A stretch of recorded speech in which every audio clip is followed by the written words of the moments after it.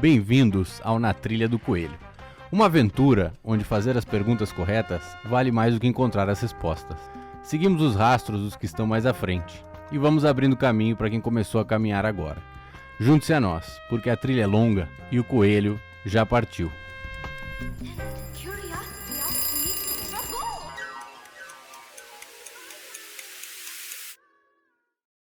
Bem-vindos a mais um episódio de Na Trilha do Coelho. Estamos aqui em pleno domingo gravando algo inédito na Trilha do Coelho, mas é um convidado muito especial, que na verdade já está gravando o seu segundo episódio conosco, né, Marcelo, doutor Marcelo Falck, da Universidade Federal do Rio Grande do Norte. Trabalha, aliás, mudou o nome do centro agora, você trabalha, como é o nome do centro? Centro Avançado de Medicina Psicodélica. Centro Avançado de Medicina Psicodélica. Se existe alguma coisa melhor no Brasil, eu não estou ciente. Bem-vindo, Marcelo, mais uma vez ao Trilha. Eu falo mais uma vez, talvez você vai procurar o outro episódio. Não tem, gente. Aqui a gente gravou um episódio ano passado, há um tempão atrás. E eu gravei só áudio na época, não tinha orçamento de câmera ainda. E o episódio ficou, assim, usando um termo leigo, ficou uma bosta a gravação. O áudio ficou muito ruim e desde então eu tento regravar com o Marcelo. E essa semana entrei em contato com ele e ele estava em São Paulo, para minha sorte, e conseguimos vir aqui em pleno domingo gravar. Agradeço a sua disponibilidade de vir aqui no domingo, Marcelo. E, por favor, se apresenta aí para o nosso público. Fica à vontade. Mais uma vez, seja muito bem-vindo na Trilha do Coelho. Muito obrigado, é um prazer estar aqui.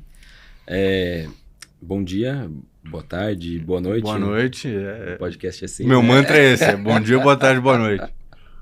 Bom, quem sou eu, né? Eu sou o Marcelo, sou médico psiquiatra. Eu trabalho, já tem, agora 2024, talvez, para fazer 8 anos já pesquisando substâncias psicodélicas. Eu me formei em psiquiatria na Universidade de Campinas, onde eu tive como orientador o professor Toffoli. E tem que ainda vai vir gravar aqui. Não consigo pegar esse homem, mas vai vir. Toffoli é escorregadio. É escorregadio, tá difícil.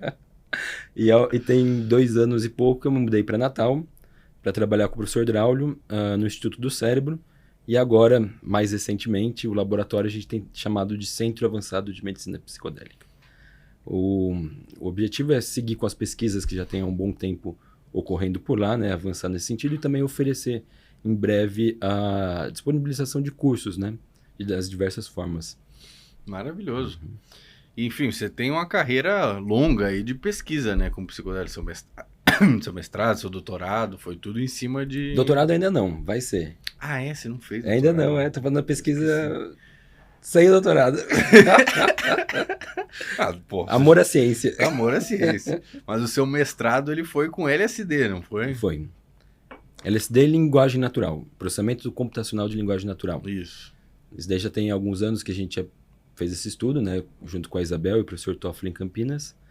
E na época era um pouco distante do que hoje a gente tem visto no dia a dia, né? Quando fala de inteligência artificial e fala... Isso é basicamente processamento computacional de linguagem natural, né? ChatGPT, algoritmos e tal. Na época a gente ainda não tinha muito... Sabia para onde que isso ia dar. E aí a gente falou, vamos aplicar essas técnicas aqui, ver o que acontece numa pessoa sob efeito de LSD, como que a gente consegue mapear isso de uma maneira mais objetiva. A gente geralmente na psiquiatria usa muito do discurso para fazer diagnósticos, né? Boa parte de como a gente vai medir, aspas aí, né? Medir o pensamento, entender o que está passando na cabeça da pessoa, é perguntando, e aí, o que está passando na sua cabeça? Mas isso depende muito do avaliador. Então, e um avaliador treinado, por exemplo, psiquiatra para fazer essa avaliação, leva quase 10 anos de formação. Sim. Talvez se a gente tivesse algumas ferramentas que pudessem comparar de maneira independente e quantificar de maneira numérica, poderia ser interessante. E aí a gente começou a aplicar essas técnicas para medir diversas formas de produção de discurso sobre o efeito do LSD comparado com placebo. Era medir a capacidade da pessoa de concatenar pensamentos em fala? Era mais ou menos isso a pesquisa? Foram isso também, mas vários aspectos. Então a gente teve vários estímulos diferentes Alguns estímulos, por exemplo, ver uma imagem, descrever, ver uma imagem com uma valência afetiva, com uma polaridade do afeto positivo, outra negativa, ou então ambígua, descrever, contar uma história.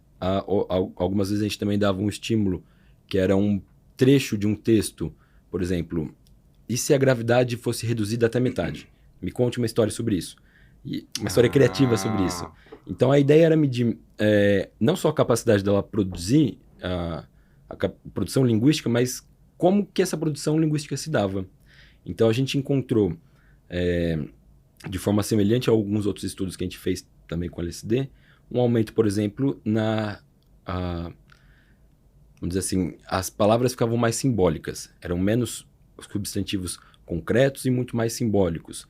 A gente também medindo algo que a gente chama de distância semântica, num teste que a gente dava uma palavra semente, uma palavra inicial, e pedia para que aquela pessoa, então, falasse o que viesse na cabeça dela, livre associação. O que vier na sua cabeça, me fala aí uma sequência de palavras conforme for te lembrando.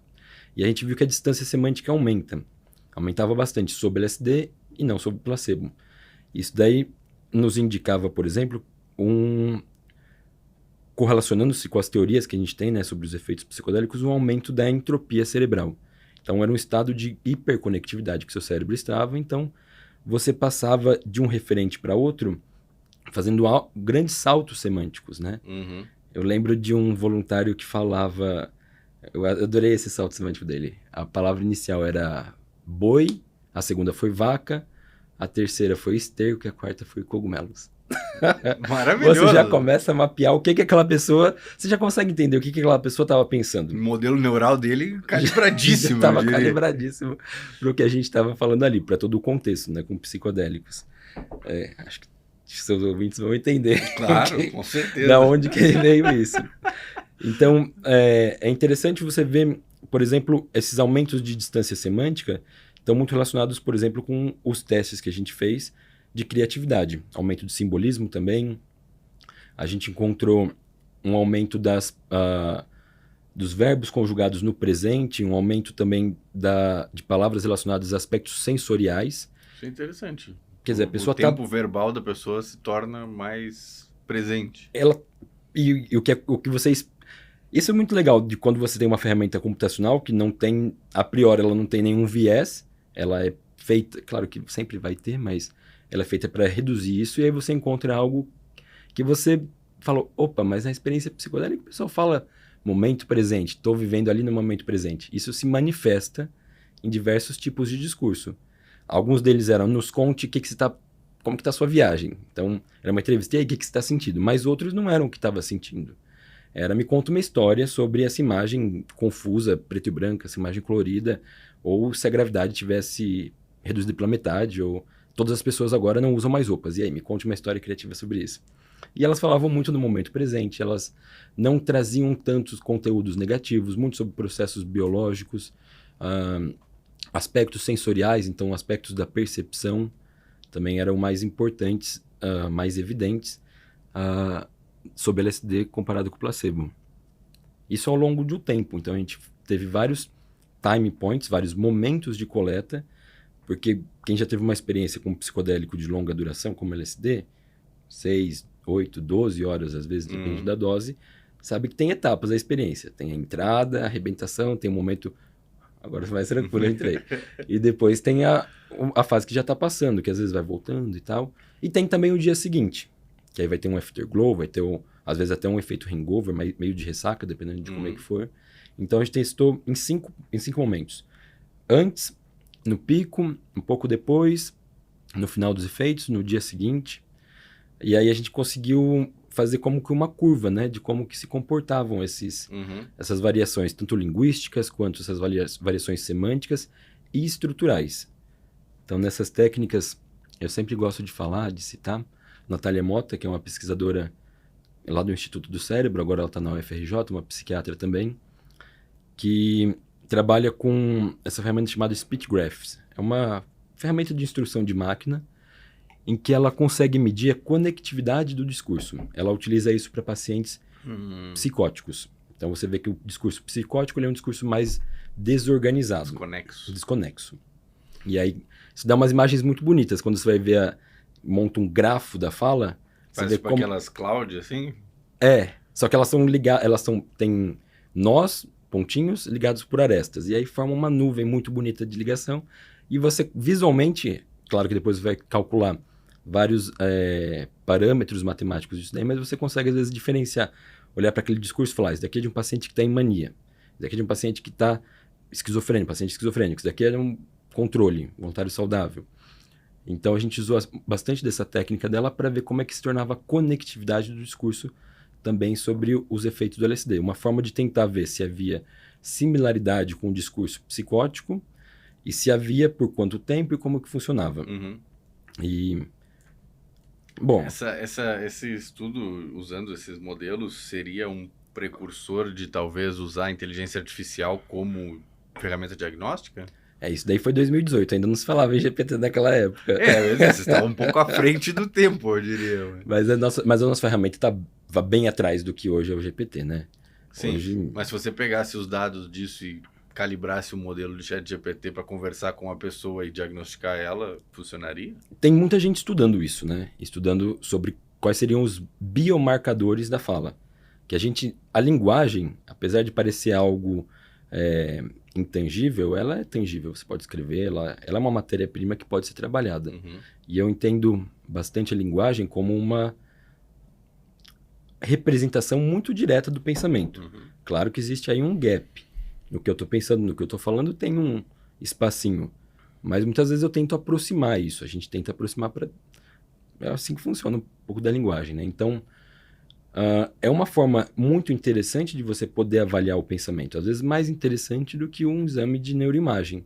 Então, você vai tirar uma foto do cérebro, mas não é o pensamento aquilo ali. O que está mais próximo do áreas estimuladas. O que está mais perto do pensamento, na minha ideia, é a linguagem. Claro que o que você está falando não é exatamente o que está pensando, mas existe uma aproximação maior do que aquela região ali do lobo occipital acendeu, do lado direito, do lado esquerdo depois. Isso me parece que está uma camada ainda antes, né?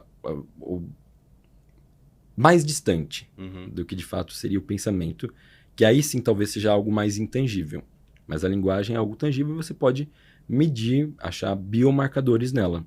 Por exemplo, biomarcadores como conectividade do discurso, como aspectos de similaridade semântica. E aí tem várias ferramentas que são, agora, já muito mais evoluídas, capazes de ver isso.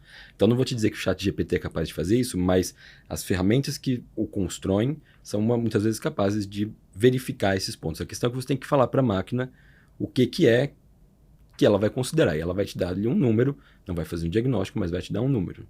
Assim como quando você faz um exame de sangue e recebe lá, você está com anemia, é porque você está com hemoglobina baixa. Alguém ou alguma máquina pegou o seu sangue, colocou numa lâmina, contou o número de hemácias e deu um número para aquilo. É a mesma coisa, só que com a linguagem. Não vai pegar e colocar numa lâmina, mas você vai gravar, vai processar, avaliar. Ela vai te trazer o número.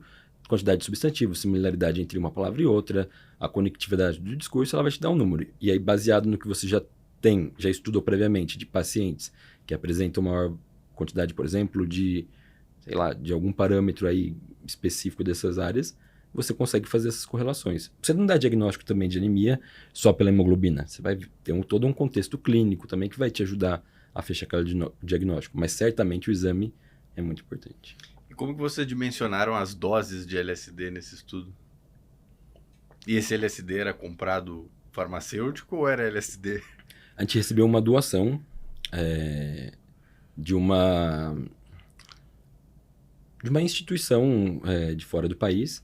Como foi dimensionado, a gente teve bastante discussão sobre isso. Como a gente ia escolher qual dose entraria, né, para o estudo. A ideia é que não fosse uma dose tão alta a ponto de comprometer a capacidade do paciente de se expressar, porque a gente tinha muito teste cognitivo, não só os testes linguísticos, testes de criatividade, de memória, e tinham instruções nos testes, porque eles são testes psicológicos que a gente precisam de instruções para que eles sejam válidos, né? E a pessoa precisa compreender as instruções. Sim. Então, uma dose muito alta, talvez ela não fosse mais capaz de compreender. Do ponto de vista da linguagem, a gente sabe também que o psicodélico tem aquela coisa da inefabilidade. Então a gente já prevê que tem uma parte que a pessoa não vai conseguir falar sobre o que ela de fato está experimentando. Então a dose não podia ser tão alta, mas também não podia ser tão baixa, porque nossa ideia era estudar uma dose psicodélica. Então a escolha da dose foi o que a gente chamou aí de uma dose moderadamente baixa de LSD, foram 50 microgramas. Pareceu, assim, eu achei uma ótima dose, no limite do possível para que a pessoa conseguisse estar ali, presente, entendendo as instruções, do limite também do que ela falava, não, eu ainda vou me esforçar para participar da pesquisa, eu gosto de ciência, eu quero ajudar. Acho que se fosse um pouco maior, elas talvez iam falar, não, cara, não me... Deixa eu deitadinho aqui. Deixa eu aqui, eu tô tendo contato aqui ó, com o divino, com o supremo, você vai querer me falar uma sequência de palavras a partir de uma palavra semente? Não, nada a ver. Então elas ainda conseguiram se engajar, mas no final deu certo essa dose. Foram feitos também testes pilotos, né? Para definição da dose, mas a orientação foi essa. Uma dose que a gente conseguisse fazer os testes. Sim. Até para o público de casa, 50 é uma dose, como o Marcelo falou, relativamente média, né? Baixa. Tem aí disponível, você encontra pelo mundo muitas opções de ácido aí com 120, 150 até 250. E aí é uma dose mais recreativa e ou terapêutica profunda. Né? E era líquido? Também uma correlação com com uma ideia da gente de trabalhar com as doses psicolíticas. Né? Pensando se no futuro que isso daí poderia gerar ideias. Por exemplo, a gente viu que a linguagem ela se aproxima, se refere muito ao momento presente. Então, talvez algumas técnicas de terapia sejam mais interessantes do que talvez durante os efeitos agudos mais intensos do que técnicas que vão remontar ao passado, a traumas, né? Então, a ideia foi trabalhar com essa dose psicolítica, pensando também numa ideia de, no futuro, isso gerar ideias para pessoas trabalharem dentro da terapia psicolítica.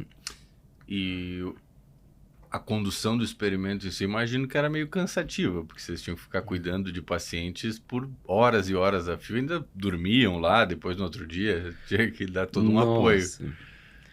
Eu e a Isabel, que é a doutoranda, que foi a doutora já, né? A principal investigadora desse experimento. Ela é psicóloga, experimentalista, e eu era o médico que dava o suporte e o apoio ali, e o coterapeuta dessas sessões, né? Elas foram difíceis, eram 12 horas de testes, 10 horas na verdade, começava às 7 da manhã e acabava às 17. Só que nunca acabava às 17, sempre tinha um atrasinho e tal, mas a Isabel é alemã, você já conheceu ela, ela é bem rígida, rigorosa, então isso foi muito bom, tanto para o meu aprendizado em ciência e tal, mas era cansativo, uma sessão durando 10 horas por dia. E era um paciente por vez vocês faziam? Ou um por chegava vez. A atender mais de um? Não, um por dia. Não tinha como. No dia seguinte ainda tinha uma bateria de teste cognitivo que levava umas 4, 5 horas. Então, e depois o desenho era aquele desenho cruzado, né? Crossover design. Então, 2 semanas depois fazia placebo. Ou o inverso, né? Então, por voluntário, eram aí, vamos colocar 10 mais 4, 5 horas no dia seguinte, 15 horas por sessão. Aí, como era um cruzado, 30 horas por voluntário. Era muita coisa. Foram 25. Nossa. Foram 600 horas acompanhando eles. Mas foi muito bom para observar a experiência psicodélica assim, em detalhes, né? E eu vou aproveitar isso para, então, fazer talvez fazer um gancho para onde que a gente está agora. Eu ia perguntar agora, eu já ia fazer essa pergunta. Bom, isso foi o seu estudo de mestrado, né? Isso. Você fez com o LSD, e aí você saiu e se juntou ao grupo lá do Rio Grande do Norte que majoritariamente estuda DMT. Do psicodélico mais longo pro mais curto. Curto, exato.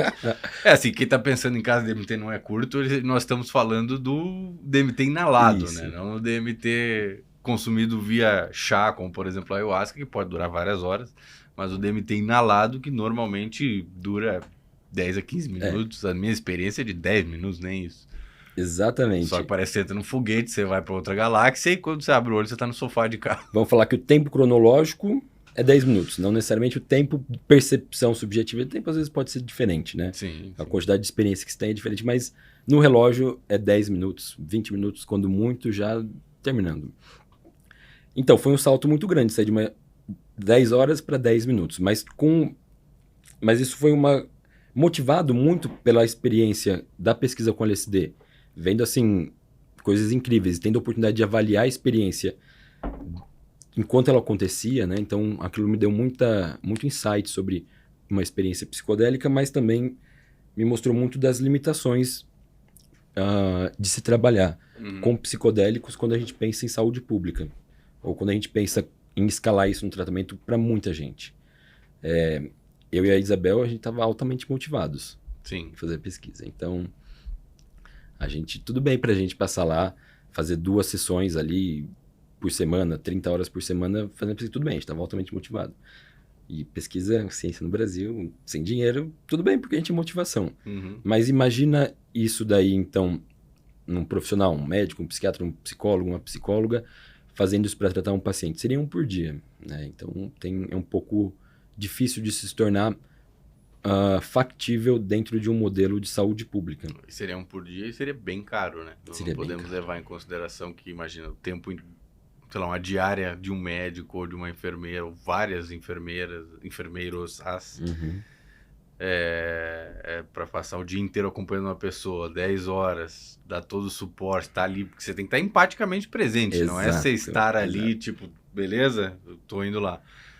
Você tem que estar ali pro você cara, tá cansado, sentado. porque no dia anterior você teve uma sessão que você chegou em casa, foi dormir tarde, mas no dia seguinte você tem que estar ali tranquilo, sorrindo, porque nesse momento, porque se a gente não sabia, mas se fosse LSD, as pessoas captam algumas coisas ali e você não pode se deixar estar ali de outra forma, né?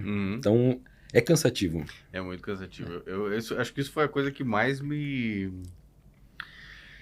pegou de surpresa de ter feito, que eu fiz me formei, digamos, não é uma formação oficial, mas eu fiz um curso de 18 meses de facilitação psicodélica.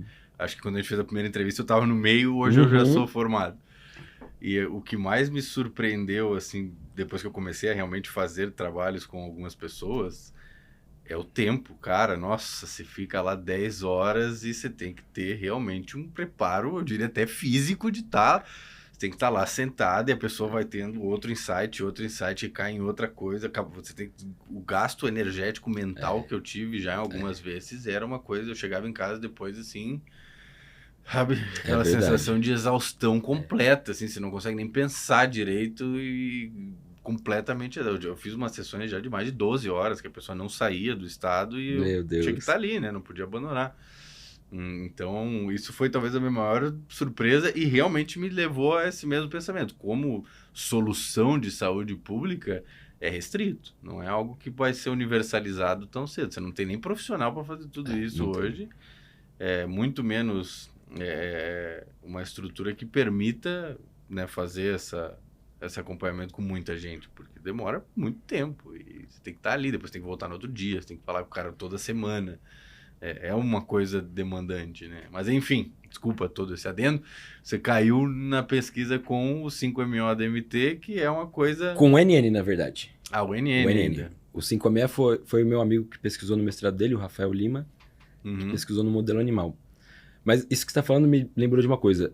Não adianta só ser extremamente eficaz, tem que ser eficiente. A gente está falando aqui de Brasil, SUS... eu sempre trabalhei no SUS, então a minha perspectiva é bem direcionada para esse lado. Então, ali eu via, tem muito potencial, extremamente potente, e parecia, talvez seja um tratamento muito eficaz, mas talvez não eficiente. Então, a gente tem se orientado muito por algumas ideias da farmacoeconomia que falam sobre isso, sobre, além de funcionar, tem que ser barato, tem que dar para a gente replicar, isso ser barato, ser factível. Não, então, o começo não tem que ser seguro, tem que ser bem tolerado, tem que ser eficaz, mas ainda tem um quarto ponto que a gente tem levado muito em consideração nos últimos anos, que tem que ser eficiente. Tem que ser eficiente. Então, a gente precisa que seja algo mais curto do que 12 horas. Que você possa, um profissional, uma dupla de profissionais, possam ali fazer alguns pacientes por dia de tratamento, e não só um por dia, senão você não consegue resolver um problema de saúde pública. E sem falar que o LSD é uma das substâncias mais caras do mundo, por peso, né? Se você pegar aí por grama quanto custa uma substância, o LSD... Também com grama de LSD você... dá para todos jogar na caixa d'água, toda São Paulo fica feliz. Mas enfim, se você pegar, né, é uma substância extremamente cara, sintética, né, não totalmente sintética, ela vem de um fungo também, para quem não sabe, é quase um cogumelo, LSD. É verdade. Não é um cogumelo porque é uma outra expressão de um fungo. É, Mas é uma substância extremamente cara. Hoje em dia é quase toda sintetizada, né? E se você troca para o DMT, já é uma outra realidade, né? O que vocês veem hoje, o DMT é uma droga extremamente barata, assim como a gente vê com cogumelo, com a psilocibina, né? No caso, a gente trabalhado com a Jurema, né? Então, a gente... Aliás, se puder falar um pouco da Jurema, que vocês estão revivendo a Jurema. É uma biomolécula que a gente trabalha. Então, a gente Brasil. usa o NN-dimetiltriptamina, mas extraída de uma fonte natural. Uma fonte abundante na caatinga brasileira, que é a Jurema. Pra quem não sabe, Jurema, se você não viu o episódio com o Dr. Draulio, que ele falou bastante da Jurema, é uma árvore muito comum na Caatinga, mas em vários outros biomas brasileiros ela também é presente. Mas é um patrimônio basicamente aqui da América do Sul e dos territórios brasileiros, né? Uma árvore que na sua composição ela tem altos níveis de NN-dimetiltriptamina, Exato. majoritariamente na raiz da Jurema preta. Perfeito. É onde tem mais DMT. É isso mesmo. E muito mais simples, né? O processo de extração da DMT da raiz da Jurema é muito mais simples do que o processo de síntese do LSD. Esse daí envolve técnicas laboratoriais bem mais complexas, né? E então a gente trabalha nessa perspectiva também de valorizar um patrimônio nacional, né? E o laboratório se localizando no Nordeste também a gente fica muito feliz de ter à disposição essa planta na nossa região, né? Uma região região pobre do Brasil, né? A Caatinga nordestina é uma região muito pobre. Sim. Então, conseguir de alguma forma, talvez trazer alguma fonte de renda para aquela região, através, sei lá, ainda do que vai vir daí, né? Mas é algo também que nos deixa muito feliz. Claro. Então, o foco seria uma terapia que caiba no SUS e que na sua origem seja completamente nacional. Não... E foi o que vocês fizeram, né? O desenho da pesquisa lá, se não me engano, ele é meio que do agro até a cura, né? É isso mesmo. O Draulio chamou de DMT de A a Z porque é justamente isso. Então é estudar desde os processos da planta, os processos botânicos, entender qual parte da planta que tem mais, a raiz, qual época do ano, sob quais condições. Depois vem para a química, então a gente vai extrair isso, de que forma que a gente extrai, como que a gente maximiza isso daí da melhor forma, numa química verde, numa extração que a gente não precise sacrificar a planta nessa extração. Da química a gente passa para a farmácia, então como a gente vai transformar isso daqui num produto que seja possível de ser utilizado clinicamente, a gente passa, isso daí quem lidera essa parte da química é o Sérgio Rucci. Passamos então para a parte de animais, com modelos animais, a professora Nicole já trabalhou, meu colega também, Rafael Lima, trabalha nessa parte com os animais, então aí no modelo pré-clínico. Depois um estudo clínico, primeiro com voluntários saudáveis e depois o nosso foco seriam os pacientes, né? O laboratório tem uma tradição de trabalhar com pacientes com depressão resistente, que foi os primeiros estudos que eles fizeram com a ayahuasca, foram nesse grupo, e a gente manteve essa ideia. Então a gente nasce dessa motivação, vendo que, opa, a ayahuasca foi muito legal, ajudou muita gente, super resistente, refratário a diversos tratamentos, melhorou. Mas ela tem algumas dificuldades. Então, quando a gente fala de um paciente grave, é um paciente que provavelmente vai chegar já tomando medicações, que é uma pessoa que talvez você não queira, já está grave.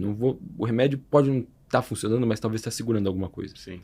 Não vou querer tirar o remédio ali. Mas eu tenho um risco na ayahuasca, como uma composição, basicamente, de maneira bem simplificada, de duas substâncias, né? O inibidor da MAO e o DMT. Eu tenho um risco do inibidor da MAO com os antidepressivos, que seriam boa parte das medicações que esses pacientes talvez viessem usando. Então, a gente se motiva de uma forma a tentar reduzir esse risco de interação farmacológica, reduzir um pouco dos efeitos colaterais. Eu digo aqui de uma postura que eu me critico também, chamando isso de efeitos colaterais, porque a purga, nos contextos ritualísticos, né, ayahuasqueiros não é um efeito colateral de forma nenhuma. Né? Pelo contrário, muitas vezes entendido como um efeito terapêutico, como um processo de cura. Necessário. Quem já passou, às vezes entendeu que depois que você passa, fala, opa, é a limpeza. Só para contextualizar, talvez alguém que não esteja familiarizado com o contexto ayahuasqueiro, Mas quando você vai numa cerimônia de ayahuasca, normalmente você é avisado, né, que pode acontecer a chamada purga, que é basicamente vômito e você precisa ir ao banheiro. Mas no contexto espiritual isso é visto como uma limpeza. Sim. Você está colocando para fora exatamente coisas que você precisa se livrar do seu organismo, aí variando a linha de ayahuasca que você está, vão dar nomes e explicações um pouco diferentes, mas na mesma linha. Mas no contexto clínico a gente vê isso como um efeito colateral. Pode causar náusea, vômitos e outros problemas. Com essa uma visão reducionista da medicina, eu acabo adotando ela, mas eu sou capaz de fazer uma autocrítica muito grande, inclusive já tendo experienciado em outros contextos espirituais, eu reconheço muito o valor disso. Sim. Mas no contexto clínico talvez não seja o que você queira. Uma senhora de meia idade que está com depressão, ela não está buscando experiência psicodélica e ela não vai se sentir muito confortável, ainda mais recebendo isso dentro de um laboratório, dentro de uma clínica. Acho que ela talvez não queira. Então a gente pensou em reduzir um pouco da interação farmacológica, e a aposta é que talvez estivesse no DMT e não nessa outra substância, nesse inibidor da MAO, o efeito antidepressivo. Então daí nasce essa linha de pesquisa com a DMT isolada. Aí vem algumas perguntas que partem daí, né? Beleza, e algumas dificuldades também. E soluções que são muito interessantes. Eu acho que toda dificuldade ela tem uma oportunidade de a gente ter uma solução que é muito legal. Então tá, a ayahuasca, essa tecnologia indígena, né? A gente tem trabalhado bastante dessa forma. Acho que é fenomenal. Você pegar duas plantas, uma delas contém um imal, outra contém um DMT, fazer um chá que permite que ela seja ativa via oral. De novo, se me permite só contextualizar para o pessoal de casa. Isso é uma farmacotécnica indígena que eu já falei isso aqui em outros episódios e para mim é um dos grandes mistérios, é como os indígenas chegam nessas receitas, porque imagina você tá aí no Brasil e de milhões de plantas da nossa flora brasileira, você achar um cipó e uma folha, no caso do ayahuasca, né, para combinar as duas. E se você olhar a fisiologia disso, é uma coisa extremamente particular e complexa do organismo humano, que é o seguinte: o DMT ingerido via oral, por favor, doutor, você está aqui para me corrigir. É exatamente isso, por favor. O DMT ingerido via oral, quando ele chega no seu estômago e obviamente passa pelo processamento do seu fígado, existe uma enzima chamada MAO, que me escapa o nome. Monoaminoxidase, que ela não deixa você sentir os efeitos psicodélicos ou psicoativos do DMT, da ayahuasca. Então, se você tomar só o chá do DMT, não vai acontecer absolutamente nada com você. Exato. Não vai ter nenhum efeito psicoativo. Mas, aí combinando, né, com... Caprichosamente com exatamente a molécula que inibe essa enzima, que é encontrada, né, no cipó, que também me escapa o nome agora. Banisteriopsis capa. Banisteriopsis, isso. Mas o nome, eu digo o nome... Mariri? Mariri. Acho que era isso. Acho que é isso, né? Ele inibe essa enzima. E aí, com a inibição dessa enzima, o DMT entra na sua corrente sanguínea, vai até a barreira, a membrana hematocefálica e entra no seu sistema nervoso e você sente os efeitos psicoativos da ayahuasca, que é uma das mais potentes, eu acho, psicodélicos existentes hoje na natureza, né? Talvez. O professor Deraul é físico, né? E ele fez um cálculo que eu achei fenomenal para demonstrar. Isso é muito curioso, né? E aí ele fez um cálculo. Porque você tem... Pense nas plantas da Amazônia, você tem que combinar duas. Dessas duas, não é qualquer parte. É a folha e é o cipó. Ele fez esse cálculo. Maravilhoso. Preciso trazer ele de volta para me mostrar. É muito boa. Eu lembro, assim, talvez, acho que o valor era da ordem de 10 a menos 12, a chance de você fazer essa combinação específica da folha com o cipó, dessas duas plantas específicas, para você chegar nessa tecnologia. E 10 a menos 12, para a gente ter uma ideia dessa ordem de grandeza, isso significa você ganhar algumas vezes seguidas na Mega Sena. Ou seja, qual a chance disso ser feito ao acaso? Ao acaso. Isso não foi testado, né? Então... aí entram explicações variadas sobre como isso aconteceu na natureza, né? Mas eu sou um firme crente de que existem coisas do plano espiritual que a gente não, no dia a dia, muitas vezes não está ciente, mas alguém indicou para eles que era isso, com isso, dava isso. Não diminuindo o trabalho feito de conhecer as plantas, né? Jamais faria isso. Mas imagina quantos séculos de estudo da natureza levou para chegar nesse chá que a gente não sabe nem precisar há quantos anos existe na história das tribos aqui do Brasil, né? Então é realmente uma coisa fantástica. Mas enfim, vocês levaram isso para o laboratório. Então, como cientista eu digo, 10 a menos 12 é a chance. Qual que é a explicação? Você pode escolher a sua. Eu só acho que ela é bastante caprichosa que tenha sido feito dessa forma. Então, a nossa ideia foi, a gente, entendendo um pouco mais do metabolismo da DMT, a gente sabe que se a gente conseguir, de alguma forma, bypassar o fígado, você não vai ter, então, essa degradação pelas enzimas aí da monoamina oxidase. DMT é uma triptamina e é degradada por essas enzimas. Então, a gente precisaria usar uma via que não passasse pelo metabolismo do fígado, que é o chamado metabolismo de primeira passagem. Existem várias opções. Algumas vias são um pouco mais invasivas e algumas vias menos invasivas. Um exemplo de uma via invasiva muito utilizada na medicina é a via venosa. Então, você pode fazer também pela via venosa, na circulação venosa periférica, numa injeção no braço, por exemplo, no membro superior direito, esquerdo, etc. Seria possível, mas isso daí exigiria um grau de complexidade e uma demanda clínica maior também. Pensando novamente em SUS, você vai precisar então de um local onde seja possível você fazer medicações venosas. Ou seja, um nível de atenção hospitalar, um nível de atenção hospitalar. E a gente está com apesar de eu ser psiquiatra e estar trabalhando com depressão, eu tenho cada vez mais pensado a depressão menos na psiquiatria e mais na saúde pública. Acho que a prevalência dela agora não está mais só com os psiquiatras. Sim. Então não dá para pensar dessa forma. Então não dá para falar de tratar num hospital. Talvez seja necessário que a gente trate isso ambulatorialmente. Então talvez a gente voltou e falou, precisamos de uma via então menos invasiva do que uma via venosa. E aí a opção foi pela via inalatória, né? Então, através de uma aspiração bucal, você manda para o pulmão o vapor de DMT, que então é absorvido. O pulmão ele tem um leito sanguíneo muito grande. Você imagina que tão grande o suficiente para quando você respire, você capte o oxigênio e faça as trocas gasosas e solte o CO2 em poucos segundos da respiração. Então ele tem ali uma malha de capilares sanguíneos muito grande. E então, muitos quilômetros colocados, né? Muitos. Em linha reta, pois é. Então, a gente falou, vamos aproveitar isso, uma via não invasiva, uma via mais simples, de menor complexidade clínica, menor complexidade médica, e a gente daí consegue bypassar o fígado, porque na absorção do pulmão, quando o pulmão faz a troca gasosa, ele manda de volta para o coração, que então vai direto na aorta e sobe para a cabeça. Dos primeiros lugares é o seu cérebro. Tanto é que os efeitos são reconhecidos como extremamente rápidos, né? Sim.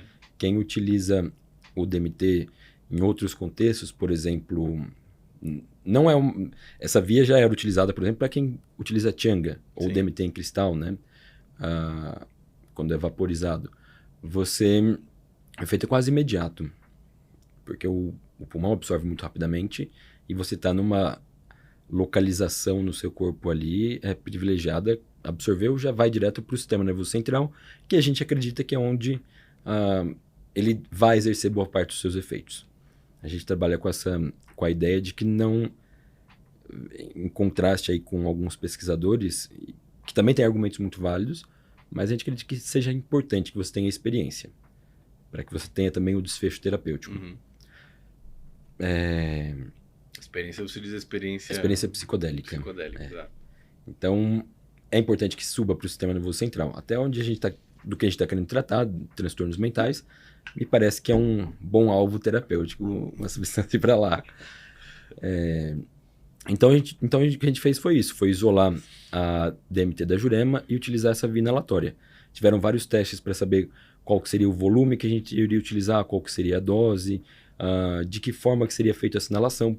Porque apesar de ser uma via, entre aspas, menos complexa como a via venosa, ela traz uma série de outros fatores que têm de ser ponderados, né? Porque na via venosa, o que você coloca, o que você faz de injeção, é o que vai chegar no corpo. Na via inalatória existem algumas perdas, existem aí uma série de fatores que vão modular como que vai ser a sua resposta. Para além o fator da queima, né? Não sei se vocês usavam vaporizadores. A gente vaporiza. A gente utilizou no primeiro estudo da fase 1, a gente utilizou o Vulcano. Né? Ele já tinha sido utilizado, inclusive em estudos semelhantes de uso médico com cannabis, né? Sim. E num estudo semelhante de Maastricht, na Holanda, com 5-metoxi. E a gente achou mais simples de utilizar porque a gente controlava mais algumas variáveis. Então a gente podia controlar o volume do balão, o tempo que a gente ia fazer de ventilação, e aí controlando outros fatores, por exemplo, o tempo de inalação, de retenção do vapor. Mas ainda assim precisamos estudar muitas coisas do qual dose que a gente ia testar.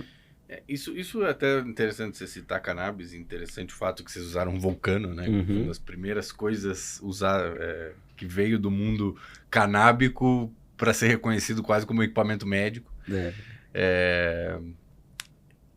A via inalatória, ela não é uma via muito favorecida, eu diria, nem pela farmácia, nem pela medicina. Apesar de ter muitos medicamentos inalatórios, a briga da cannabis, né? Eu venho da cannabis, sempre foi meio que isso, né? Você não pode fumar isso aí não é medicinal. Que é para mim, pelo menos, uma grande bobagem. Como foi para vocês essa discussão? Porque em algum momento vocês devem ter tido essa discussão lá dentro de... Se é uma via médica? Exato. Porque você vai fazer o quê? Um coisinho, um inaladorzinho, aqueles que o pessoal que tem asma usa, com uma dosinha de... É uma possibilidade. Eu gostei dessa. Eu pensei agora aqui, já me agradei essa ideia. A Berkeley SciTech vem da Fundação Berkeley, né, da Amanda, lá da Inglaterra. Eles estão fazendo o DMT pela via intranasal, muito semelhante à cetamina. Eles estão fazendo 5-metox DMT, aliás. Então é um sprayzinho nasal. Parece que mas aí é um pouco diferente, porque a mucosa nasal ela não tem uma capilaridade sanguínea tão alta quanto o pulmão. Imagina o tamanho do nariz e o tamanho do pulmão. E o nariz não é especializado em fazer esse tipo de troca, né? Então um órgão detector, eu diria, mais do que... Não é um órgão de troca, exatamente. Então eles têm algumas dificuldades nesse sentido. A gente considerou a via intranasal, mas ela traria algumas dificuldades. Então seriam necessárias vários puffs intranasais, e com isso talvez você não chegue numa experiência de pico, né? Porque você vai acabar... A absorção ela não é tão rápida, você talvez não chegue na experiência de pico. Como a gente trabalha na perspectiva de que é interessante que você tenha uma experiência psicodélica completa, então transcendência do tempo e espaço, dissolução do ego, visualizações de mandalas e tudo mais, precisava ser um lugar, uma via que oferecesse essa possibilidade. A via intramuscular, apesar de muita gente pensar que talvez fosse mais potente, não é. A absorção do músculo também é lenta. Então você vai entrando no efeito aí em cerca de 15, 20, 30 minutos. Ele dura um pouco mais de tempo, então chega a durar até 1 hora, mas apesar de ser menos complexa do que a via venosa, que é uma via que envolve mais riscos, ela, para a experiência de pico, é um pouco mais difícil. Também tem limite do que você consegue instilar, injetar no músculo. Então, e tem um limite de solubilidade do DMT em determinados veículos, então, para ter uma experiência de pico, parecia um pouco difícil. A via venosa permite isso facilmente, mas com as desvantagens que a gente trouxe, né? Até eu ia perguntar para vocês, desculpa interromper, mas perguntar a sua opinião desse estudo que eles fizeram lá na Inglaterra recentemente. Eu não lembro se era conectado a Berkeley ou se era da King's College, que era o DMT intravenoso, por várias horas, mantendo a concentração sanguínea constante ao longo de várias horas, com objetivos meio estranhos. Eu não sei se eles não estavam nem observando muito a funcionalidade terapêutica. Sim. Eu acho. Ainda não, né? Eles estavam querendo explorar o DMT Realm, né? Exato, o reino do DMT, o mundo que você, digamos, em termos simples para o pessoal talvez entender, o mundo que você vai quando você usa DMT, né? Aquele espaço interdimensional, talvez, de onde você experiencia. E para a pessoa ter essa experiência por várias horas e conseguir estar lá e depois voltar e quase desenhar um mapa do que é aquele mundo. É o DMT-X, né? Isso. DMT Extended, ou DMT-X, ou estendido. Uhum. É muito interessante. É uma loucura, mas a gente gosta disso. É uma loucura, mas eu procurei onde é que se escrevia, assim, sabe? E essa ideia é do Imperial College. Imperial College. Eles eles trabalham já há um bom tempo também com DMT. O Chris Timmerman talvez seja o pesquisador que esteja mais envolvido com DMT lá no Imperial College, que foi um aluno do Carhart Harris. E ele, inclusive, que nos deu a dica de, que no estudo de doutorado dele, ele testou o DMT e queria ver alguns padrões do eletroencefalograma. Ele nos deu essa dica de que o DMT o intramuscular ele tem um problema que causa dor. E aí isso vai afetar a qualidade da experiência, e como vocês estão querendo uma experiência terapêutica, o paciente é comum que tenha bad trip quando está sentindo dor. Claro. Então, foi também um dos motivos da gente ter preferido outras vias. Mas eles estão com essa ideia de fazer o DMT estendido. Isso vem de um paper, acho que de 2016, cujo um coautor é o Rick Strassman, um pesquisador muito reconhecido no campo do DMT, talvez o principal pesquisador no mundo até hoje. Trabalhou com maior quantidade de pacientes com DMT, voluntários com DMT. Eles fizeram um modelo teórico de como seria se você quisesse fazer uma infusão contínua de DMT. E a ideia deles que eles quiseram pesquisar nesse estudo, é colocar esse modelo teórico à prova. Estão testando, né? Então virá agora algo de experimentação, para que quando você estivesse nesse reino, nesse espaço, nessa dimensão do DMT, por tempo suficiente, talvez você estabilizasse um pouco das suas percepções e pudesse trazer mais conhecimentos, talvez traduzíveis aqui em palavras, para o mundo de cá, entender o que é aquilo lá. Quem já teve uma experiência, ou já leu na internet o que acontece com uma experiência com DMT, é comum ter contatos, por exemplo, com entidades. Isso. Entidades humanoides, descorporificadas, que transmitem conhecimento, muitas vezes falando, às vezes não nem falando, mas que você percebe que é um conhecimento com poder de autoridade e conhecimento noético, etc.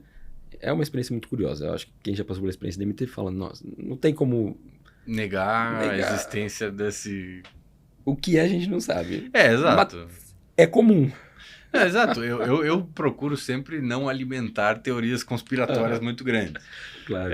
Mas minha percepção pessoal é que, de fato, existe um reino além disso que a gente acessa quando a gente usa esse tipo de substância como o DMT. Principalmente o DMT, né? Porque a psilocibina... utilizando psilocibina, você tem acesso a mandalas, cores, formas, mas a minha experiência pessoal é muito pouco de entidades. Você não vê muitas entidades. É verdade. E no DMT é ao contrário. As entidades estão sempre lá. Rapidamente alguém já te pega pela mão ali e aí vai de tudo, né? Tem o cara que fala das chinchilas interdimensionais. Onde foi essa? É um cara que fez que era paciente desse negócio. Eu vi e aí ele gravou um podcast falando da experiência dele e ele fala que saiu na High Magazine. Eu li a reportagem dele, é verdade. Uma das principais entidades que apareciam para ele eram chinchilas interdimensionais. Chinchila é um roedor, para quem não sabe, aqui da América do Sul, inclusive. Interessante, né? Essa conexão, que ele tenha visto chinchilas. Mas, enfim, tem vários, né? Tem, inclusive, alguns que as pessoas, às vezes, conversando, pessoas que já tiveram essa experiência, você viu o mesmo cara que eu vi, ou mesma entidade que eu vi. Pois é. E a ideia um pouco era essa, né? Que eles estavam... Será que todo mundo vê a mesma coisa mesmo? Será que é um lugar que a gente vai? Ou será que são experiências próximas e que todo mundo força essa conexão e acha... A gente tem tudo em comum, que a gente é humano, vive na mesma época e tal. Dá para se explicar por aí, dá para se pensar de diversas formas. Exato. Mas eles estão propondo um modelo experimental de... Vamos ver o que o pessoal traz de lá, o que eles nos contam. E, enquanto isso, também fazendo medidas, né? Biológicas como atividade cerebral durante aquele momento. Então, acho que ainda tem muito produto de pesquisa para vir desse experimento grande que eles fizeram do DMT estendido. Assim como nós estamos nessa fase de entender dose, como que a gente vai fazer a inalação, tempo de retenção, etc. Também tem muitos fatores quando você trabalha com a via venosa. Qual que vai ser... Você vai ter uma dose de bolos, ou seja, uma dose de ataque. Você só vai fazer a infusão contínua, qual que vai ser a taxa de DMT por tempo que você vai infundir, por quanto tempo. Então, também tem muitas questões aí. E dificuldades técnicas, né? O DMT ele parece que causa uma vasoconstricção, então manter a veia desse paciente dilatada por um tempo é difícil. Aí, nessa conversa que a gente teve com o Chris, ele deu umas dicas legais, porque a gente fez coleta de sangue também e tivemos essa dificuldade com de fazer coleta de sangue durante a experiência, porque o DMT causa a constricção, o fechamento de vasos. Então, uma toalhinha quente no braço, para manter um pouco do vaso mais aberto. Tem muita coisa ainda para ser entendida, mas eu acho uma linha de pesquisa muito interessante. Eu acho legal pra caramba. Eu tenho acompanhado eles há um tempo, até recentemente foi olhando que eu vi esse cara que falava das chinchilas, porque é uma pesquisa muito legal, porque entra num campo de coisas que eu me interesso muito. Porque a gente tem esse viés muito de justificar a pesquisa com psicodélicos para finalidades medicinais terapêuticas, curar alguma coisa. Você quer usar, você tem que curar alguma coisa. E eu acho que muito da experiência psicodélica não deveria pensar só nisso. Sabe? Tem muita coisa a ser explorada do campo da psique humana, minha percepção, tá, gente? Não achem que da ontologia das coisas. Da ontologia das coisas, de onde é que veio tudo isso. Eu sou muito grato que tem gente disposta a pesquisar isso. Eu acho que do meu lugar de fala, do meu campo de conhecimentos, isso está um pouco além. Eu não sei ter essas discussões ontológicas e tal. Transitei um pouco na neurociência, mas um lugar que eu me sinto mais confortável é na pesquisa clínica. E eu acho... Mas eu gosto no sentido de que a gente de alguma forma valida e permite que as outras pesquisas também sejam feitas. Sim, e eu não estou de forma nenhuma criticando esse tipo de pesquisa. Eu acho que esse tipo de pesquisa é a principal e fundamental e a gente já demonstrou o quão eficiente é. Mas não se resume a isso. Não se resume a isso. Tem muitas perguntas ainda para serem respondidas. E eu gosto muito de pensar no universo do... É um psiconauta, então. Não, mas assim, me faltou a palavra human enhancement, né? Melhoramento humano. Certo, claro. Eu acho que tem muita coisa a ser explorada dentro disso que pode nos transformar em pessoas melhores, literalmente. Você pode se transformar numa pessoa não só melhor no sentido lúdico, moralista, mas realmente melhorar a sua capacidade mental, a sua estabilidade, o seu humor, o seu entendimento do mundo. Quem tem experiências psicodélicas relata muitas vezes que a vida após a experiência psicodélica é uma vida muito mais humilde, muito mais apreciando as pequenas coisas da vida. Pô, se tem essa possibilidade, não precisa esperar ficar depressivo, faz. Isso é muito legal. E assim, isso me traz dos argumentos que a gente tem trazido para fazer a pesquisa clínica com psicodélicos, né? Antidepressivo funciona para um grande grupo de pessoas e para um igualmente grande grupo de pessoas não funciona. Mas uma coisa que se observa é que os antidepressivos não melhoram qualidade de vida ou percepção da satisfação com a vida. Eles são redutores de sintomas, reduzem sintomas. Isso. E por isso são bons, funcionam para muita gente. Mas também para muita gente não funciona. 30%, né? A métrica, mais ou menos. Isso vai variar se é o primeiro tratamento, segundo, terceiro, mas cada próximo tratamento você reduz. Chegando nos depressão resistentes a 30%, que esses daí não vão responder. Mas eu acho que no primeiro tratamento, mais ou menos uma metade vai responder, a outra metade não. Ou seja, metade, eu gosto, não sei. 50-50 não é uma métrica que você busca quando você está tomando um remédio, né? Exato. Eu tô com febre, vou tomar um remédio aqui, 50-50 que vai baixar. Exato, não dá para trabalhar com isso. Eu acho que a psiquiatria ficou... isso é uma parte que me entristece, se contentou com muito pouco. Eu não... Exatamente, você está tratando febre, você não vai se satisfazer com... Pode ser que a dipirona que eu tomei vai baixar, metade dos casos ela vai baixar a febre, mas nas outras metades não. Não resolve, acho que é insuficiente. Imagina antibiótico com... Mas imagine que, além disso, a gente não consegue identificar melhora na qualidade de vida ou percepção de satisfação com a vida. Então esse talvez seja, quando você vai justificar uma pesquisa clínica, um objetivo secundário, mas extremamente importante. Os psicodélicos parecem trazer essa melhora de qualidade de vida. Então a gente não está falando só de reduzir sintoma, mas não adianta só não estar deprimido, né? Exato. Isso é pouco também. Então a gente não pode se contentar com tão pouco no tratamento psiquiátrico. Você tem que não estar deprimido, tem que estar satisfeito com a vida, perceber sua vida boa, levar uma vida saudável, senão está incompleto. Exato. Exato. Fazendo uma analogia, é meio que isso. Estou com uma infecção, tratei minha febre e tá legal. Não, você tem que tratar a infecção, tem que melhorar, tem que, né? E muitas vezes o tratamento de depressão tratou o sintoma, o cara não tá mais suicida. Que maravilha. Porra, Então a gente está colocando a barra um pouco mais alta. Isso. E eu acho que tem que ser assim. Porque senão a gente cronifica, né? Olha o tanto de paciente que está cronificado agora. E falando de resultados, né, do que a gente busca, recentemente vocês tiveram resultados já da pesquisa de vocês com o DMT inalado, né? A gente publicou a fase 1, onde a gente fez esse estudo para ver segurança, tolerabilidade, entender aí alguns marcadores, aspectos fisiológicos. Então, uma experiência curta, como é que ela fica a função cardíaca, como é que fica a oxigenação do sangue durante a experiência e tal. Entender marcadores aí de função renal, hepática, tem algum risco, não tem. Rastrear eventos adversos, entender a fenomenologia, então a experiência subjetiva, quais fenômenos psíquicos ocorrem, em 5 esquemas de doses, com 10... Aliás, em 5 esquemas com 10 dosagens, né? E aí isso daí nos permitiu progredir agora para a fase 2, onde a gente testou, escolhemos um dos esquemas que nos pareciam... que foi demonstrado mais seguro, mais bem tolerado e que despertavam os aspectos subjetivos da experiência que a gente considera importantes terapeuticamente. E aí testamos essa dose num grupo de pacientes, nesse momento aí com depressão resistente ao tratamento, e tivemos resultados muito legais, muito animadores. Nossa, eu sou muito empolgado com esse tema. E eu já imaginava que ia ter resultados positivos. Mas quando eu vi o resultado, eu falei, nossa, por mais otimista que eu fosse, eu não esperava que fossem tão bons assim. Foi tudo assim. A gente está muito feliz no laboratório com isso. E a gente passou... A pesquisa com a ayahuasca, ela não era feita com psicoterapia. E a gente acredita que não foi só a mudança do DMT presente na ayahuasca para o isolado, mas agora o fato da gente ter um protocolo muito mais bem trabalhado, que foi feito para ser um protocolo onde você tem esse safe container, essa ancoragem com a psicoterapia. Isso parece ter potencializado muitos resultados. A gente está, assim, ganhamos um novo fôlego para continuar muito feliz. Qual linha de psicoterapia vocês implementam?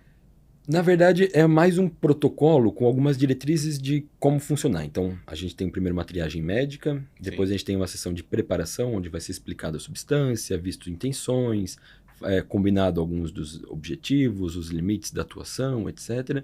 A sessão de dosagem, no esquema que a gente faz, é sempre uma sessão com uma dose mais baixa e depois uma sessão com dose efetiva. A sessão com dose mais baixa ela tem a função também de preparar a pessoa para a dose efetiva. Porque a maior parte desses voluntários eram naivos, nunca tinham provado psicodélico. E começamos com DMT. Pois é.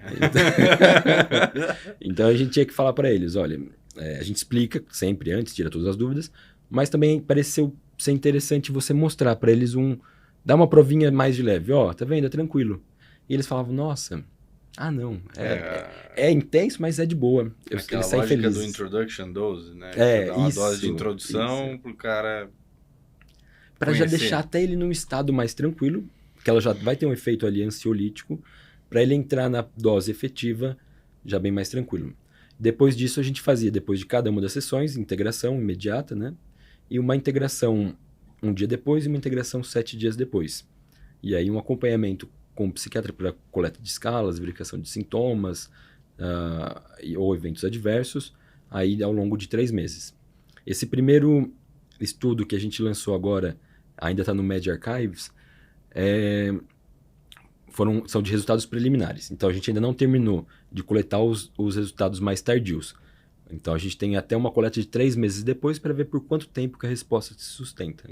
O que a gente viu agora e que para mim foi muito impressionante, trabalhando como psiquiatra, foi ver uma substância que numa intervenção de um único dia, com DMT, no dia seguinte as pessoas já tinham uma resposta antidepressiva, que se sustentou em boa parte das pessoas por até 1 mês. Então... Isso, né, deixando claro, com uma experiência inalada de 15 minutos. Isso. As 2 doses, né? Dose baixa e a dose efetiva, no mesmo dia, mas da ordem de 10 a 20 minutos. 15 minutos em média. Então, guarnecido com a psicoterapia, com o processo de integração. 100% dos voluntários que a gente testou tiveram alguma melhora. Então, medida por uma escala chamada MADRS, tiveram redução dos sintomas, de alguma ordem. No primeiro dia, 83% tiveram o que a gente chama de resposta. Então, tiveram uma queda maior de 50% dos sintomas.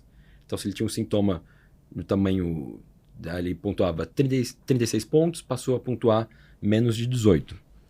Então, isso daí já é resposta. E remissão é quando você tem zero ou quase zero, próximo de zero. Então, tem uma faixa ali que é de 0 a 10 pontos dessa escala. A gente chama de remissão. Ou seja, pode ter alguma coisa ou pode não ter nada, mas é muito leve. E aí a gente teve no primeiro dia já uma taxa de sucesso de 66%. Ok, é muito bom, assim, impressionante. Mas a questão é, isso se mantém? E se mantém por quanto tempo? Então, isso daí, em uma semana, as taxas se manteram mais ou menos estáveis e em um mês elas caem um pouco.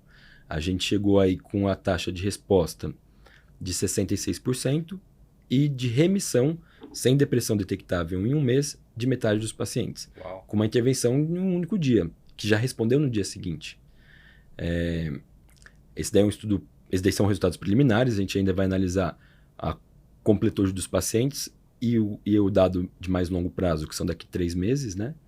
Para ver quantos desses ainda se mantêm com uma resposta remitida ou com alguma resposta, mas foi muito animador. E o próximo passo talvez seja entender.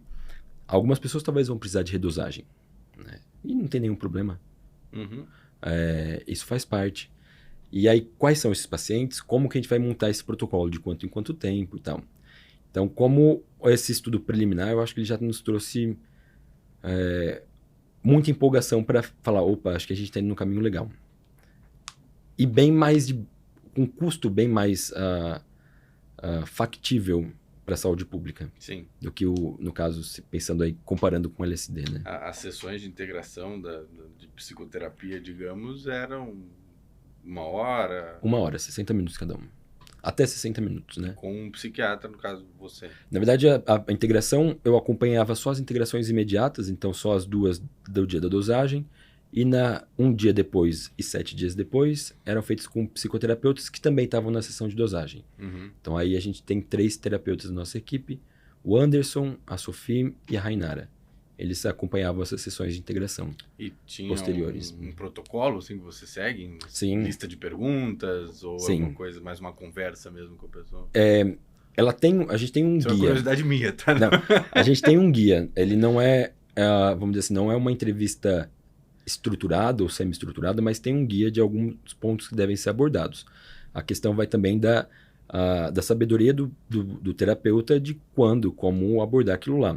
Ela não é diretiva, ela não tem, por critério, então, essa estruturação, mas ela tem pontos que devem ser abordados. Alguns que são abordados mais em D1, no dia seguinte, outros são mais em D7, mas isso daí sempre ponderado pelo que o paciente está te trazendo de fato, né? Uhum. Mas tem um guia de como que deve ser conduzida.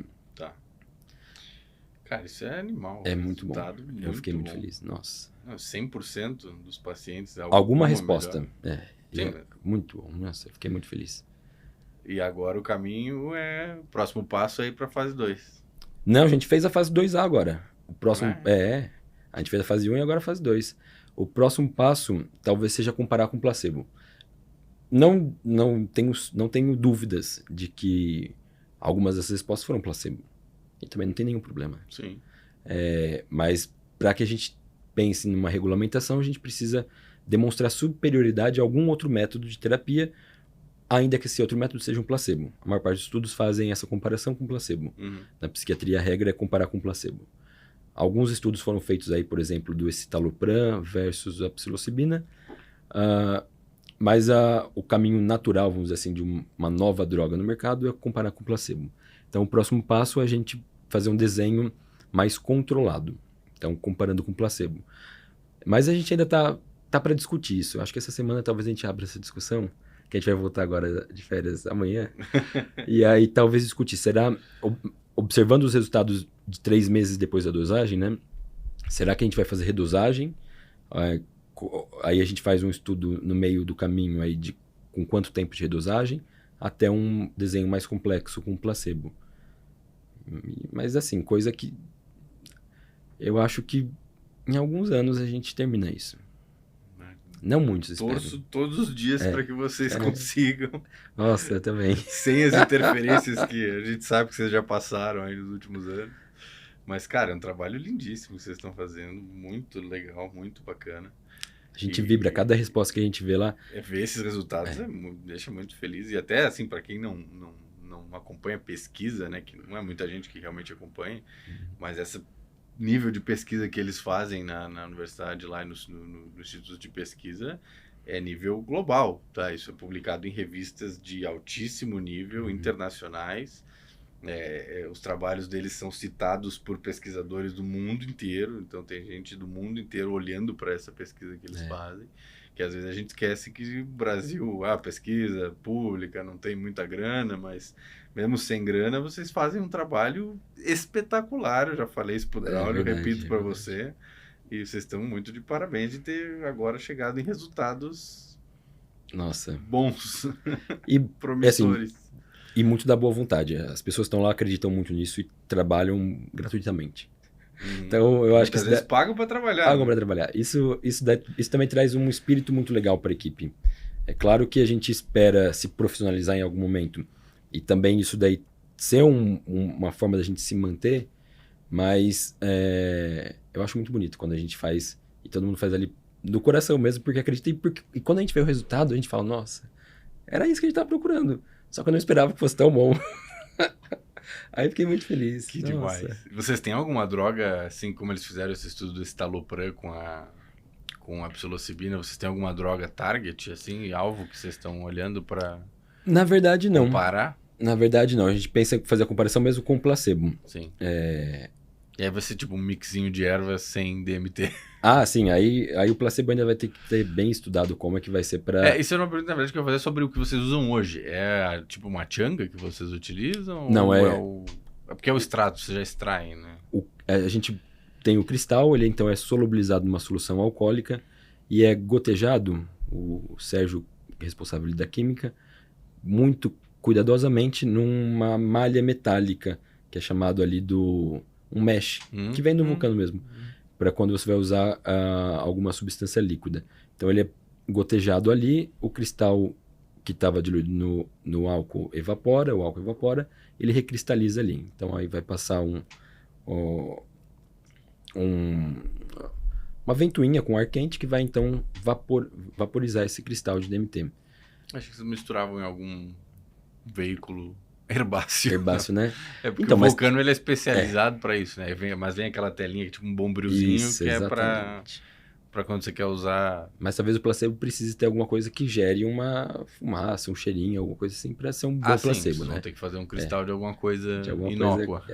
E que engane o pesquisador, engane o voluntário, porque isso vai ser um desafio, porque o odor, o cheiro da DMT, ele é muito característico. Ah, é? Eu conheci inicialmente a Tianga, né?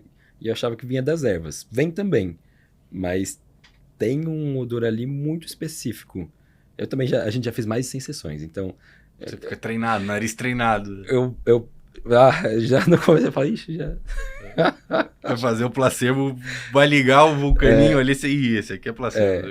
Então vai ter que ser muito bom esse placebo pra me enganar. Vocês fizeram já um trabalho de placebo com ayahuasca, não sei se você, mas o Draulio a equipe fez, sim. Que eles tiveram que fazer uma receita específica para uma coisa com o gosto do... O gosto terroso da ayahuasca, que desse a náusea, podia dar diarreia, fosse inócuo, tivesse a cor. Então vai ter que ser outro desafio, mas são divertidos esses desafios. Pô, a gente tá vivendo o sonho aí. É muito legal mesmo. Maravilhoso, cara. Isso eu acho... Nossa, eu sou muito fã do grupo de vocês lá. Tanto que eu entrevistei todo mundo, né? Inclusive a Isabel também já entrevistei, não publiquei porque tive um problema similar à sua. Mas vai pro ar também. E, cara, vocês estão muito de parabéns. Eu não tenho nem palavras para expressar o que me deixa feliz ver isso, porque eu sou, primeiro, fã de pesquisador que faz pesquisa no Brasil, que não vai para fora, né? Tem tanta gente brilhante brasileira que acabou espalhada aí pelo mundo fazendo pesquisa em outros lugares, porque aqui não tem o devido reconhecimento. Até por isso que eu fico puxando o saco de vocês para ver se, por favor, não saiam daqui. Mas a ideia do Instituto do Cérebro é essa. Vocês vão é receber repatriação de cérebros, uma proposta da Beckley aí, por favor, não vai, fica aí. Mas você sabe que a ideia do Instituto do Cérebro, né, onde está nosso laboratório, é essa. Sim. É criar um espaço que seja possível do pesquisador fazer sua pesquisa aqui, então ter condições de fazer para que ele não vá para fora. Então você investe aí 10, 15 anos de formação num cientista e aí investe na formação nas universidades brasileiras e ele vai para fora levando todo o seu conhecimento. Uhum. Então, muito do Nicoleles e do Siddhartha, quando tiveram essa ideia da criação do Instituto, em Natal ainda, também num local que não tinha por tradição pesquisas em neurociências, é isso, é repatriar cérebros e num lugar que fosse desenvolver. Então a gente vê que também como a cidade, ela conhece os trabalhos que a gente faz lá, isso é muito legal. Uhum. Como isso, e dentro da universidade isso tem causado um movimento muito grande, muito aluno de graduação vem procurando para fazer alguma coisa de pós-graduação, então tem uma ideia social aí também muito legal. Vocês receberam até uns amigos nossos lá de Natal, não foi? Recebemos. Recebemos, é verdade, verdade. Eles queriam visitar lá, eu dei o contato e eles foram lá.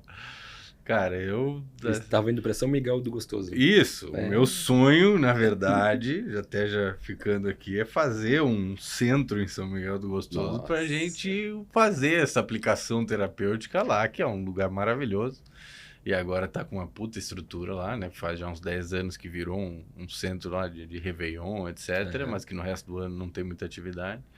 E o meu sonho seria fazer um centro lá que a gente pudesse aplicar essas terapias na beira do mar lá, daquele lugar maravilhoso. Então, já conversei bastante com o Draulio, com outras pessoas sobre isso, mas ainda estamos um pouquinho distante de tirar isso do papel, eu acho. Mas algum dia vai sair. Quero te fazer uma pergunta. Diga.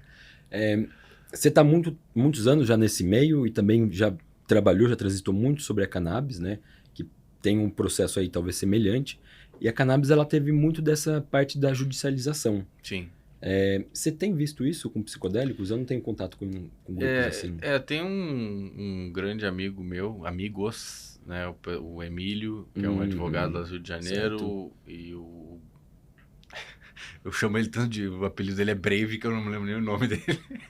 E a Marcela, eles têm um escritório de advocacia lá no Rio de Janeiro. E eles já estão trabalhando com algumas judicializações que eu sei, inclusive não sei se eu posso falar, mas Emílio, se eu não puder, o problema é seu, sobre cogumelos. Uhum. Não ainda de muitas outras coisas, mas cogumelos já estão começando, porque, enfim, cogumelo tem uma cultura no Brasil. Tem muita gente que produz cogumelo no Brasil há anos. Tem talvez uma zona cinzenta aí, né? É uma zona cinzenta da Anvisa, porque, enfim, né, o cogumelo em si nunca foi proibido. E mesmo, digamos, o cogumelo seja proibido, tem 1 bilhão de espécies de cogumelo que produz. Então é difícil criminalizar. E ele já tem trabalhado com alguma coisa nesse sentido, no mesmo molde da cannabis, que é o habeas corpus preventivo. Boa. Você vai para o Ministério Público, declara que você tem uma condição de saúde, tem que ter todo, né, tem que ter um diagnóstico, tem que ter apoio de médico, o médico tem que realmente justificar que o meu paciente vai se beneficiar do uso dessa substância, como foi feito com a cannabis sempre. E por isso ele tem o direito de utilizar essa substância da forma que ele quiser. A mais barata seria o cultivo caseiro, que é o... Né? Eu, inclusive, trabalhei já muito... Eu sou agrônomo de formação, eu ajudei muita gente a tirar o habeas corpus para cannabis, dando o laudo agronômico. Né? Tipo, o médico dava o laudo médico, eu dava o laudo agronômico, justificando, a pessoa tem essa recomendação para tomar tantos miligramas, ela vai precisar plantar X plantas de cannabis, que equivale a isso, mais uma margem de segurança, legal. Tem todo um cálculo lá para fazer os laudos. Ainda fiz uns recentemente, né? E com cogumelo vai ser uma coisa similar. A pessoa vai ter que ter isso, e eu imagino que isso abre portas, né, para o entendimento do judiciário que não pode restringir a uma ou outra substância. Qualquer substância pode ter isso. E se você olhar para o DMT do jeito que vocês estão fazendo pesquisa, isso dá muito mais segurança para o judiciário na hora de você chegar na frente do juiz e falar, eu não estou falando isso na minha cabeça, tá aqui a pesquisa feita por uma universidade de renome, publicada numa revista internacional, que prova que tem uma eficácia e o meu paciente quer fazer o uso disso. Não, a gente quer gerar esse conhecimento justamente para isso. Porque então... assim, a regulamentação no Brasil, ela é passo de tartaruga, né? A gente sabe que demora muito A Anvisa é muito difícil de regulamentar uma coisa nova, ela vai exigir uma série de coisas. Nem vou entrar em méritos de que existem lobbies fortes dentro da Anvisa, que todo mundo sabe. Já falei isso em outras entrevistas, mas não é o caso. E isso demora. E sempre a saúde do paciente não pode esperar. Sim. Uma pessoa que está depressiva, legal, vou esperar 10 anos para a Anvisa regulamentar o uso disso aqui. Não existe essa possibilidade. Então é legal ter esse tipo de recurso que vocês traduziram em pesquisa, porque o judiciário está aí para sanar essas deficiências da própria Anvisa, do Ministério da Saúde, do governo em si. E o judiciário brasileiro, por mais que muitas vezes não pareça, tem se mostrado muito progressista nesse sentido. Com a cannabis, 100%. A gente foi uma escala assim que você consegue até visualizar isso, que assim, o paciente, primeiro habeas corpus que o cara conseguia, o juiz dava uma permissão de que ele podia plantar 10 plantas de cannabis, né? Aí depois o cara pediu um aumento, porque 10 plantas não atendia a necessidade dele, aí o juiz já liberava 25. E recentemente nós estamos vendo habeas corpus que o juiz não limita. O juiz não põe um limite. Ele deixa lá, o paciente vai plantar quantas plantas ele achar necessário para sanar a situação de saúde dele. Claro, o juiz bota outras travas, que se esse paciente for pego vendendo isso ou distribuindo, obviamente ele está errado. Sim, e ele vai ser enquadrado como outra coisa. Mas aí também entram as associações. Então, se você pegar as associações de pacientes que promovem o uso de cannabis para saúde no Brasil, lá em João Pessoa tem o trabalho da Abrace, que é espetacular, verdade. Os caras estão aí há anos já, e o Cassiano lá atende, eu nem sei quantas mil famílias hoje em dia, tem 2 fazendas produzindo, com total apoio do Ministério Público lá da Paraíba. E isso depois inspirou muita gente a fazer outras associações. Então, hoje no Brasil, você já tem várias associações com habeas corpus coletivo, que chama. Sim. Então, um grupo de pacientes se reúne para ter a sua necessidade atendida, financia uma instituição sem fins lucrativos para plantar e distribuir para todo mundo. Normalmente tem um farmacêutico responsável, um agrônomo, etc. Isso eu acho que pode ser interessante para o modelo psicodélico no Brasil. Então, essa pergunta que eu fiz foi capciosa. Eu esperava ouvir algo assim mesmo. E aí, justamente, você trouxe isso, né? A gente faz a pesquisa para gerar esse conhecimento, para também embasar. Então, se alguém tiver interesse, seria um prazer, acho que eu falo por mim, mas talvez todos do grupo também, a gente poderia ajudar a montar um laudo científico, no meu caso um laudo médico também, com justificativas, com estudos e tal, mostrando isso. Então, quem tiver interesse, pode nos procurar. A gente está querendo criar esse burburinho aí. Isso. Acho que vai ser importante. Não, e o Emílio é muito bom de falar sobre isso, né? Talvez não saiba expressar a forma correta. Mas esse tipo de pressão social, pressão popular, é que gera muitas vezes mudança. A cannabis foi uma luta desde o início. Eu tive a oportunidade de pegar a cannabis do início, digamos. Nem foi tão do início, tinha gente muito mais antiga que eu. Mas de quando começou a querer entrar no mainstream.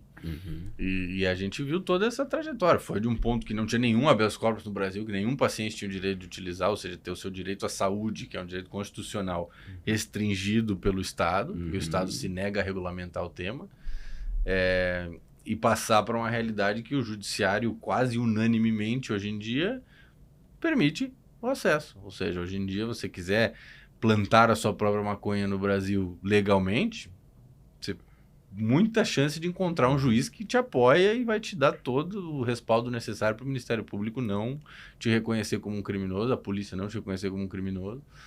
Inclusive, a gente viu até obrigado a reconhecer o trabalho, muitas vezes, das polícias, né? Que muitos pacientes, às vezes, chegaram até o pedido do habeas corpus porque tiveram uma experiência criminal.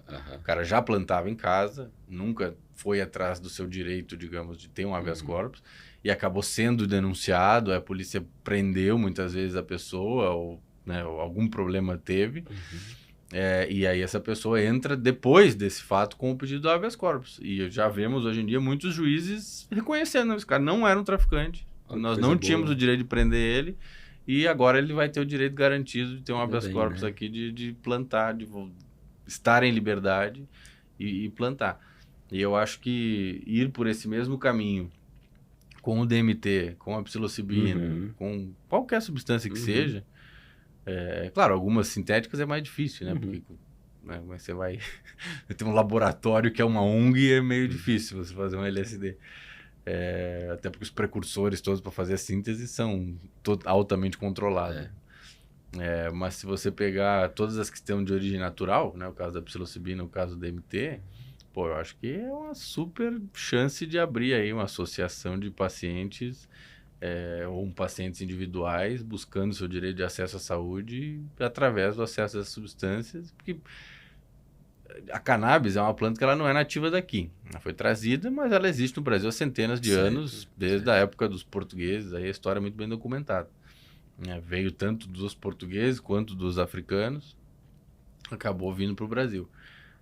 Mas a jurema é uma espécie nativa. Sim. O cipó, o cipó é uma espécie nativa.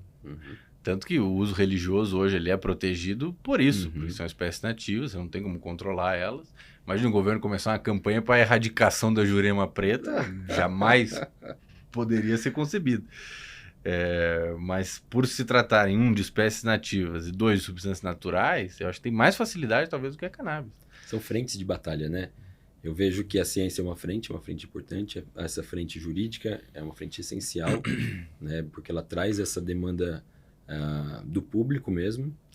Então, era isso que eu queria.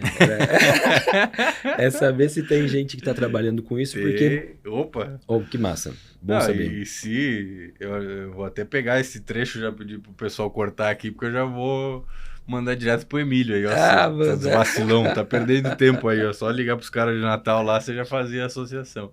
E eu tentei por um tempo, eu tive essa ideia de fazer uma associação ligada aos cogumelos, que é mais a minha área, né? Eu não tenho muita prática com DMT.